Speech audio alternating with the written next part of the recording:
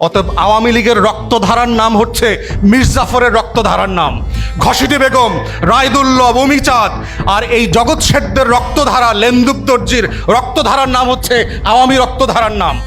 এই রক্তধারার ভিতরে শুধু অভিশাপ আছে।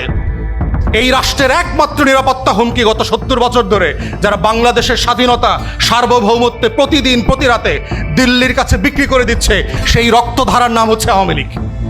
অতএব সেই ধারাকে কোনোভাবে কোনো নামে ব্যানারে পুনর্বাসনের রাজনীতির বয়ান যারা তৈরি করছে তারা আসলে দিল্লির আধিপত্যবাদকে ফিরায় নিয়ে আসছে।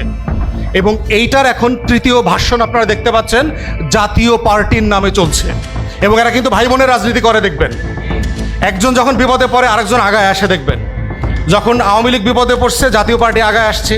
আবার দেখেন 90-এর দশকে জাতীয় পার্টিকে তুইলা কোলে তুলে কে নিচ্ছে? আওয়ামী লীগ নিচ্ছে, দুজনকে বাঁচায় রাখে। অথবা এখন বিপদে পড়ছে আওয়ামী লীগ, বাঁচায় রাখার দায়িত্ব নিছে হইল ওই যে সুইমিংয়ে নামার সময় দেখছেন না একটা গোল জিনিস পরা লাগে, লাল জিনিস পরা লাগে, দেখছেন আপনারা পানিতে যখন নামছেন? ওইটা হইলো হেরা ভাই বোনরা মিল্লা জিল্লা পরে, যে যখন পানিতে নামে আরেকজনকে জড়ায় ধরে। এখন হইলো ওই কোট পরার দায়িত্ব হইলো জাতীয় পার্টির।